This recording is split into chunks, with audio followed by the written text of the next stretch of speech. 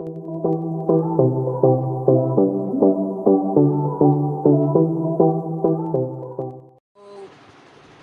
Guys, मैं हूं Arshit Bhatnagar. Welcome to our channel Fermium classes. आज हम पढ़ेंगे chapter number 1 number system exercise 1.2 question number 3। इस पहले वाले पार्ट में हमने क्वेश्चन नंबर एक्सरसाइज 1.2 के क्वेश्चन नंबर 2 तक पढ़ा था। फिर मैंने आपको बोला था क्वेश्चन नंबर 3 थोड़ा लॉन्ग भी है और वीडियो लंबी भी हो रही है। सो आज हम क्वेश्चन नंबर 3 से स्टार्ट करेंगे और एक्सरसाइज 1.3 के क्वेश्चन नंबर 1 तक करेंगे। Okay, so let's get started. Question number 3 हमारा ये है कि हमें अंडर रूट 5 को नंबर लाइन पे रिप्रेजेंट करना है।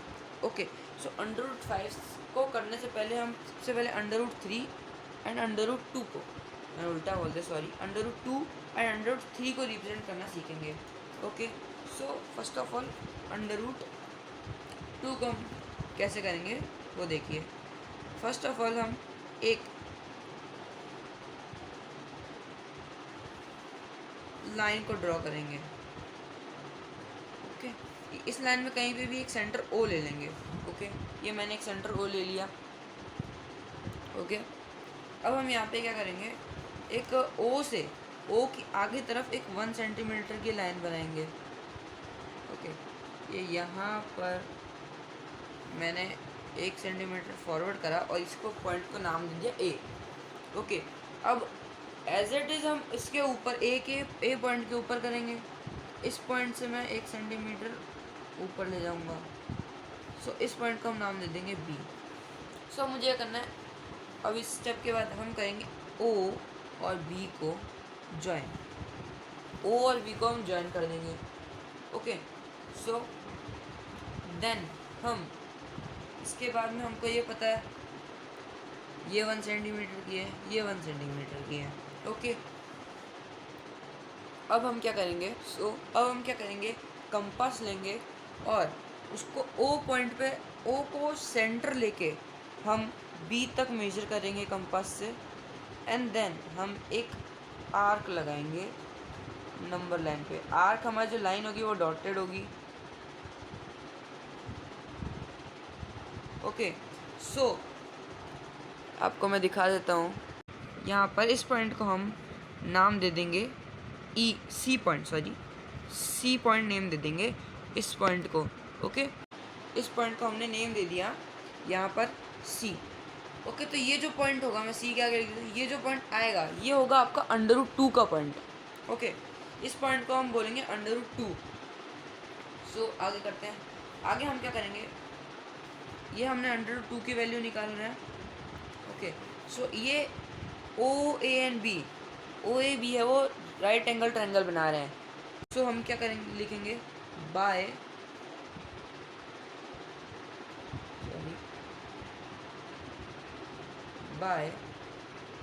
Pythagoras property. पाइथागोरस प्रॉपर्टी क्या होती है, hypotenuse square equals to perpendicular square plus base square. ये हमारी पाइथागोरस प्रॉपर्टी होती है। हाइपोटेन्यूज क्या होती है, हाइपोटेन्यूज वो होती है जहाँ पर, जैसे यहाँ पे राइट एंगल बन रहा है तो इसके अपोजिट की, हमारे यहाँ पे अपोजिट ओ बी है तो हाइपोटेन्यूज हमेशा राइट एंगल के अपोजिट होती है। हमारे यहाँ पे ओ बी है तो हमने लिख दिया O B square equals to perpendicular, जो आपने लाइन बनी है उस पर 90 डिग्री पे जो खड़ी है, जो लाइन 90 डिग्री पे है वो परपेंडिकुलर लाइन होती है। सो यहाँ पे हमारे परपेंडिकुलर लाइन ए बी है। सो हम यहाँ पे नोट करेंगे A B square.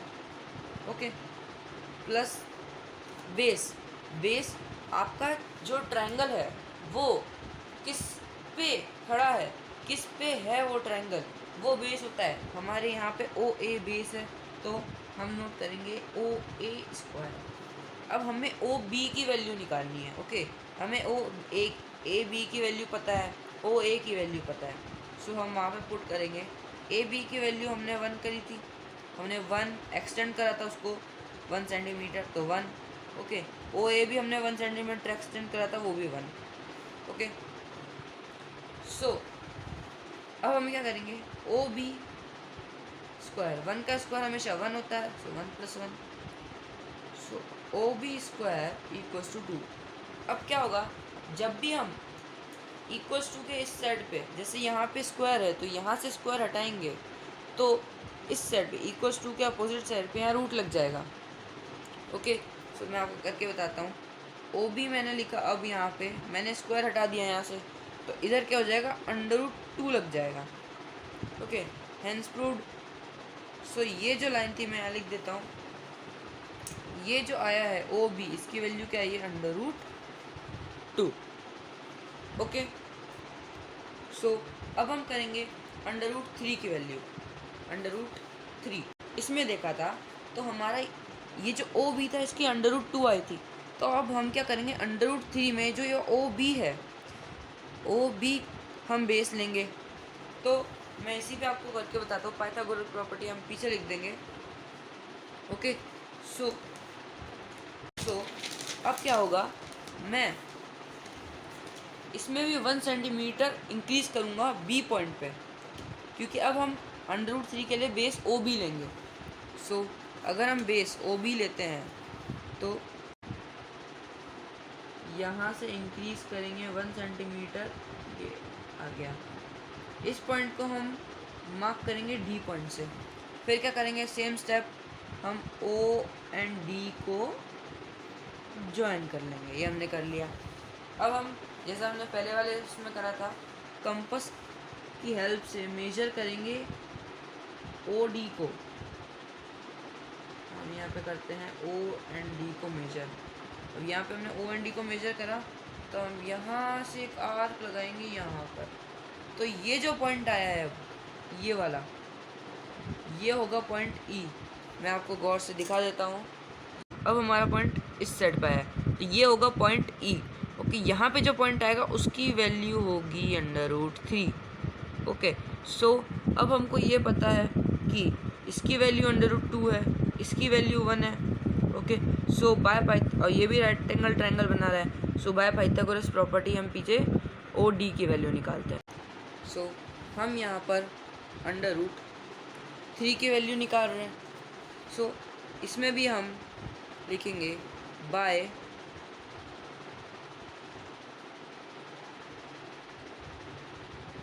Pythagoras property. हम क्या करेंगे, वही सेम फॉर्मूला, हाइपोटेनियस स्क्वायर। हमारी हाइपोटेनियस क्या है, ओ डी। हमें ओ डी की वैल्यू निकालनी है। ओके, ओ डी की वैल्यू हमें निकालनी है इक्वल्स टू परपेंडिकुलर्स का हमारा स्क्वायर। हमने बी एंड डी को लिया था।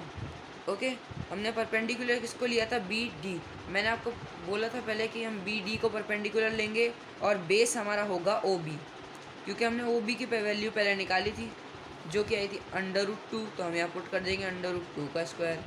ओके, बी डी के हमने 1 इंक्रीज करा था बी पॉइंट पे, तो 1 रख देंगे। ओ डी की हमें वैल्यू फाइंड करनी है।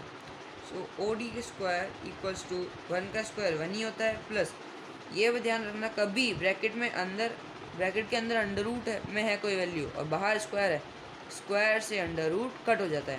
तो यहाँ पे क्या जाएगा 2। So O D square equals to 3। So O D equals to √3, hence prove. So जो हमारा ओ डी वहाँ पे था उसकी वैल्यू आ गई √3।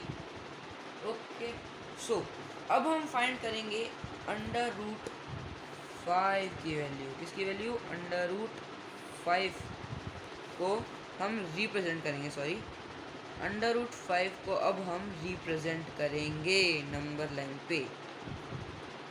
सो अब हम √5 को नंबर लाइन पे रिप्रेजेंट करेंगे, क्योंकि अब हमने 2 भी, जो बेसिक चीज़ थी 2, √2 और √3 को भी हमने सीख लिया। तो अब नाउ हम क्वेश्चन पे आते हैं अपने √5। सो इसमें हम क्या करेंगे, क्योंकि 5 के अगर हम ब्रेक करते हैं 5 को, सो ब्रेक करने पे वो आता है 2, 4 + 1। अगर हम 4 + 1 से देखें 5 को, तो 4 किसका, अगर 4 का हम रूट निकालें तो वो होता है 2। ओके, सो हम यहाँ पे एक लाइन ड्रॉ करेंगे। First we will draw a line. Same method हम एक सेंटर ले लेंगे ओ। अब हमने वहाँ 1 सेंटीमीटर सॉरी हाँ, सो हमने वहाँ पर 1 सेंटीमीटर करा था, इंस्टेड ऑफ इट अब हम यहाँ पर 2 सेंटीमीटर करेंगे। ओके, सो मैंने यहाँ पर 2 सेंटीमीटर लाइन बना ली, जिसको ए पॉइंट दे दिया मैंने। ये 2 सेंटीमीटर की है। ओके, ये लाइन 2 सेंटीमीटर की है। ओके, सो अब हम यहाँ 2 सेंटीमीटर की हमने लाइन ड्रॉ करी। अब हम क्या करेंगे, इस पे यहाँ 2 सेंटीमीटर की करिए, अब इसके ऊपर हम 1 सेंटीमीटर की करेंगे। सो हम 1 सेंटीमीटर की लाइन ड्रॉ करते हैं।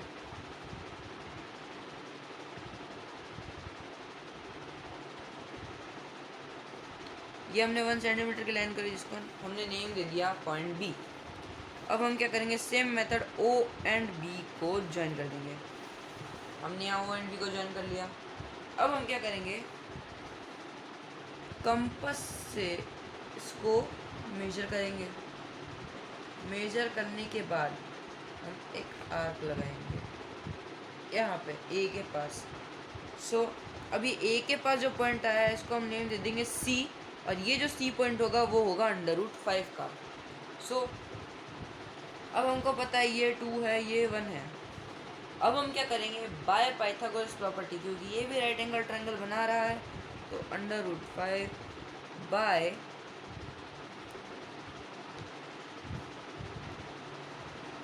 पाइथागोरस प्रॉपर्टी, हम हाइपोटेनस हमारा क्या है यहाँ पे ओ बी की वैल्यू हमें फाइंड भी करनी है। सो हाइपोटेनस हमारा हो जाएगा OB²। ओके, इक्वल्स टू हमारा परपेंडिकुलर क्या है यहाँ पे ए बी यहाँ परपेंडिकुलर है, तो परपेंडिकुलर हम लिख देंगे AB² प्लस बेस हमारा ओ है, तो OA²। So OB² equals to A B की वैल्यू हमने यहाँ पे 1 सेंटीमीटर इंक्रीज करा था, तो ये 1 का स्क्वायर प्लस ओ ए हमारा 2 है, सो 2 का स्क्वायर।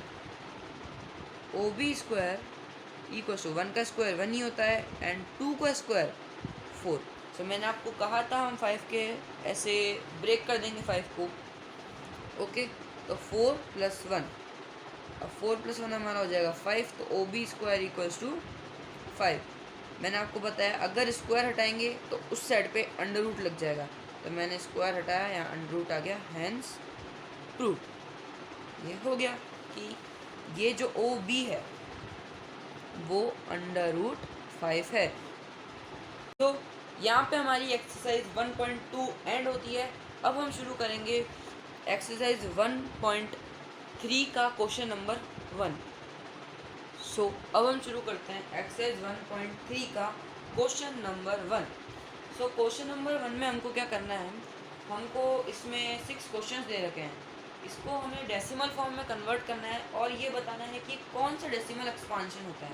फर्स्ट ऑफ ऑल अब हम ये देखेंगे कि डेसिमल एक्सपांशंस कितने टाइप्स के होते हैं। ओके, सो हमारे डेसिमल एक्सपेंशन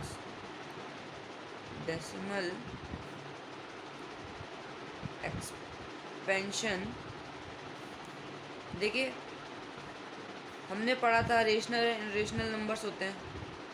ओके, सो हम यहाँ टाइप्स कर देते हैं रेशनल एंड इरेशनल में। इन दोनों में अलग अलग हैं, 4 टाइप्स इसलिए हैं, इसमें 2 हैं, इसमें 2 हैं। तो रेशनल में हम देखते हैं 2 टाइप्स एंड इरेशनल में भी हम देखते हैं 2 टाइप्स। रेशनल के 2 टाइप्स ऐसे होते हैं कि अगर आप कोई डेसिमल का डिवीज़न कर जा रहे हो, ओके, वो एक टाइम बाद मतलब पॉइंट के बाद, पॉइंट की कुछ डिजिट बाद वो अगर रुक जाता है, उसके आगे अगर रिमाइंडर आपका 0 आ जाता है, तो मीन्स वो टर्मिनेटिंग है।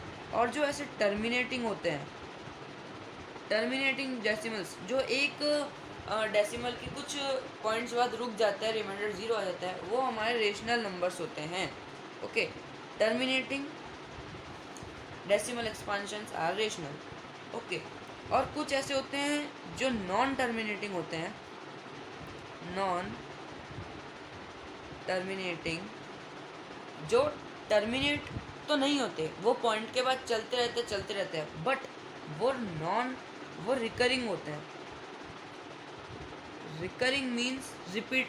वो जैसे कि आप डिवाइड कर रहे हैं और पॉइंट के बाद वो नंबर रुक ही नहीं रहे, पर आप कुछ देर बाद आप जब 10 टाइम्स करोगे उसको, पॉइंट के बाद 10 डिजिट्स आ जाती है आपके पास, तो आप अगर आपको लगता है कि उसके 5 डिजिट आगे पॉइंट के बाद की 5 डिजिट है वो वापस रिपीट हो रही है, सो वो रेशनल नंबर्स में आता है, जो रुक तो नहीं रहे पर उनमें डिजिट्स रिपीट हो रही है। ओके, हम जब करेंगे एक्सरसाइज तब और बेटर समझ में आएगा। ओके, वो रेशनल्स होते हैं। अब इरेशनल में भी सेम होता है, बस थोड़ा अपोजिट होता है। इसमें टर्मिनेटिंग होते हैं, इसमें नॉन टर्मिनेटिंग होते हैं। नॉन टर्मिनेटिंग जो पॉइंट के बाद रुकते ही नहीं हैं, ओके, वो इरेशनल होते हैं। कंफ्यूज मत होना, इसमें नॉन टर्मिनेटिंग होते हैं, ओके, पर रेशनल में नॉन टर्मिनेटिंग और रिकरिंग होते हैं। ओके, एंड इरेशनल का सेकंड टाइप होता है non terminating, non terminating and non repeating. Non terminating and non repeating, जो रुक भी नहीं रहे हैं और डेसिमल की कुछ डिजिट बाद वो कुछ डिजिट रिपीट भी नहीं हो रही है, ओके, वो होते हैं रेशनल नंबर्स। सो अब हम इस क्वेश्चन में यही स्टडी करेंगे। सो हमारा फर्स्ट क्वेश्चन हमारा था 36/100। हमें इसे सबसे पहले डेसिमल फॉर्म में लाना है और फिर बताना है ये डेसिमल एक्सपांशन कौन सा है। ओके, सो अगर हम इसे डेसिमल में लाएंगे तो नीचे 100 है। सो हमने डेसिमल चैप्टर में बचपन में प्रीवियस क्लासेस में पढ़ा होगा कि अगर नीचे जितने ज़ीरो होते हैं उतने ऊपर डिजिट में पॉइंट लग जाते हैं। तो यहाँ 2 ज़ीरोज़ हैं, तो मैं यहाँ 0.36 इसको कन्वर्ट कर सकता हूँ। तो मैंने इसको 0.36 में कन्वर्ट कर लिया। अब ना इस पॉइंट के बाद ज़्यादा डिजिट्स आ रही है, ओके, मतलब ये यहाँ पे टर्मिनेट हो गया। तो ये डेसिमल एक्सपांशन को हम क्या बोलेंगे, टर्मिनेटिंग डेसिमल एक्सपांशन। ओके, हम इसे टर्मिनेटिंग डेसिमल एक्सपांशन बोलेंगे। ओके, बिकॉज हम इसे टर्मिनेटिंग डेसिमल एक्सपांशन बोलेंगे बिकॉज ये पॉइंट की 2 डिजिट बाद टर्मिनेट हो चुका है, मतलब स्टॉप हो चुका है, इसके आगे कोई नंबर नहीं आ रहा है। ओके, सो ये टर्मिनेटिंग डेसिमल एक्सपांशन है। देन हमारा क्वेश्चन है 1/11। अब हम इसे डेसिमल में कन्वर्ट करने के लिए तो ऑब्वियसली हम डिवाइड करेंगे। ओके, अगर हम 11 को 1 से डिवाइड करते हैं सो ऑब्वियसली नहीं होगा ये, सो हम क्या करेंगे, पॉइंट लगा देंगे तो 10 आ जाएगा। अब नाउ 10 भी डिवाइड नहीं होगा, ओके, 10 भी डिवाइड नहीं होगा, तो हम पेनल्टी के लिए यहाँ पर एक ज़ीरो, यहाँ ज़ीरो लगा के यहाँ एक ज़ीरो और लगा सकते हैं। ओके, नाउ ये 100 हो चुका है। सो अब हमें क्या करना है, नाउ अब हम यहाँ ज़ीरो लगा के यहाँ पे ज़ीरो एक लगा देंगे। सो हमें क्या करना है, 11 को ऐसे नंबर से लाना है कि वो 100 से डिवाइड हो जाए। सो हम 11 को 9 टाइम्स करते हैं तो यहाँ पे आता है 99। ओके, फिर हमने 1 लगा दिया। सो आप यहाँ नोटिस करेंगे वापस 1 आ गया, हमारे यहाँ पहले भी 1 था। ओके, अगर पॉइंट देकर 0 लगा दूँ, फिर यहाँ पेनल्टी लगा दूँ, फिर 0 लगा दूँ, फिर 9 लगाऊंगा, सो ये रिपीट हो गया। ओके, ये रिपीट हो रहा है।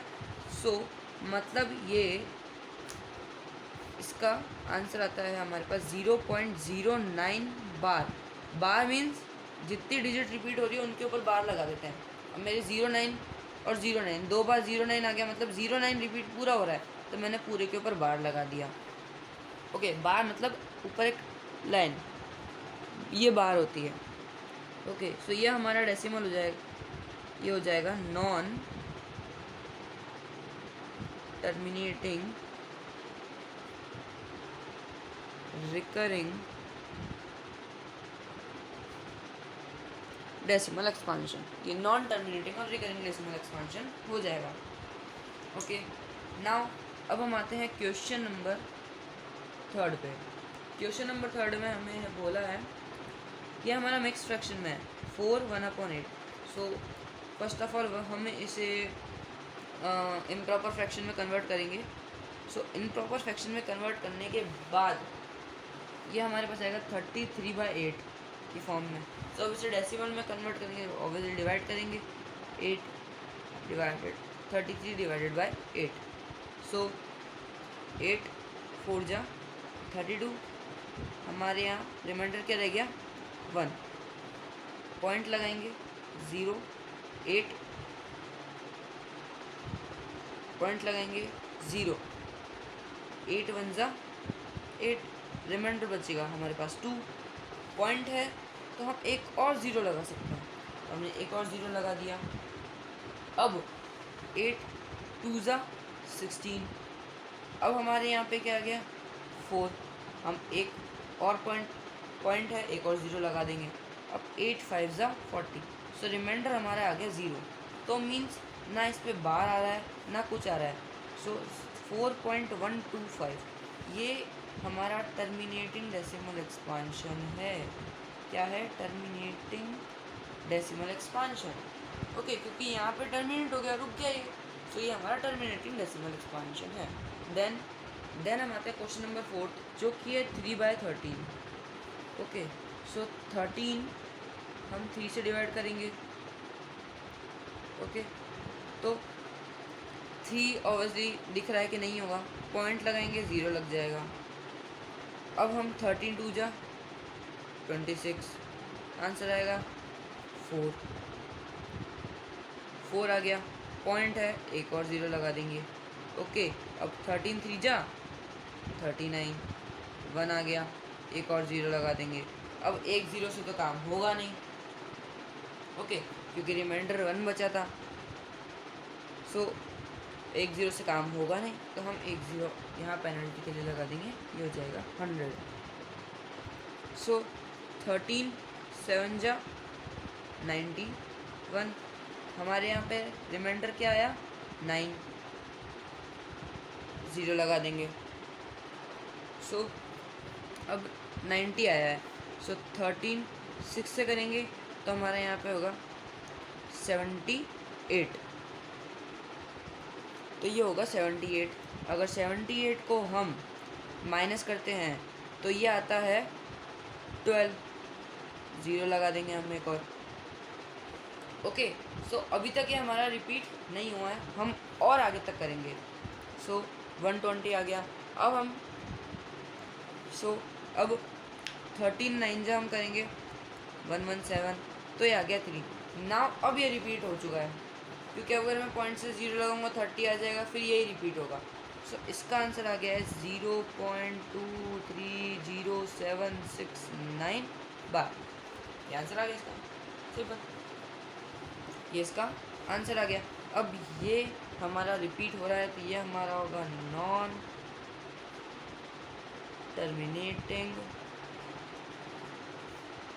Recurring decimal expansion. Okay, now अब हम 11 को 2 से डिवाइड करेंगे। क्वेश्चन 2/11 है, तो हम 11 को 2 से डिवाइड करेंगे। सो नहीं होगा, पॉइंट लगाएंगे 0 लग जाएगा। 11 1 जा 11, रिमाइंडर आएगा लेफ्ट, सॉरी रिमाइंडर लेफ्ट होगा हमारा 9। सो पॉइंट है 0 लगा देंगे। 11 8 जा 88, सो यहाँ पे आ गया 2, मैं फिर पॉइंट लगाऊंगा 0 आएगा। सो मतलब ये यहीं पे रिपीट हो गया, तो इसका आंसर होगा 0.18 बार। ओके, सो ये क्या है? नॉन टर्मिनेटिंग रिकरिंग, क्योंकि अगर मैं यहाँ पे 0 लगाऊंगा तो फिर ये 20 हो जाएगा, फिर मैं 1 से करूँगा 9 आएगा, फिर 0 लगाऊंगा 88 आ जाएगा, फिर वो रिपीट होता रहेगा। सो यहाँ पे ये non terminating recurring decimal expansion है।